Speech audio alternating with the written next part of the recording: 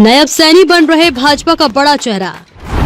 बिहार सरकार के गठन में विशेष अतिथि के रूप में होंगे शामिल।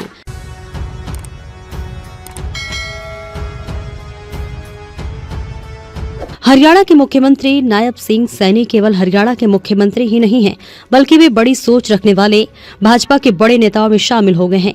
बिहार में जिस प्रकार से उन्होंने 100% रिजल्ट दिया है, वह केवल एक सामने दिखाई देने वाला परिणाम है।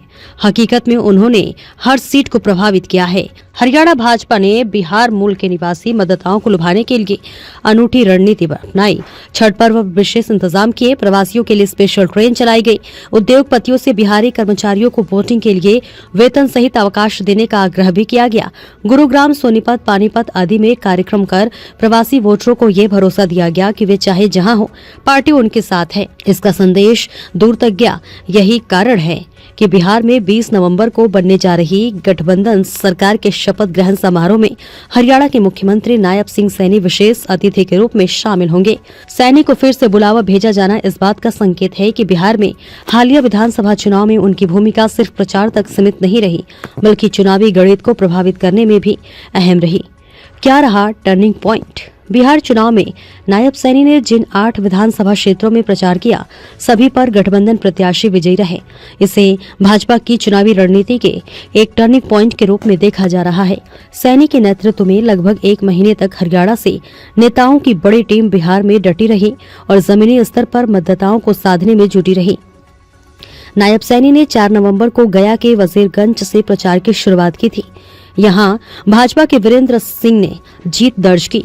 इसके बाद भोजपुर, चंपारण, रोहतास, औरंगाबाद और गुरुग्राम, पानीपत के बिहारी मतदाताओं वाले इलाकों तक उनका दौरा लगातार जारी रहा। बदल रही मुख्यमंत्री की छवि।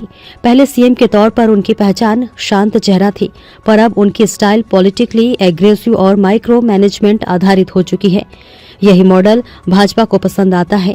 कम बोलो, ज्यादा घूमो और बिल्कुल सटीक जगह पर निशाना लगाओ।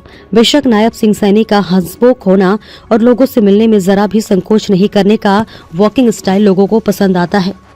ऐसा भी कहा जा रहा है कि राहुल गांधी द्वारा उनकी हंसी पर उठाए गए सवाल भी उल्टे पड़ गए। भाजपा की सोच को पूरा कर रहे हैं नायब सैनी।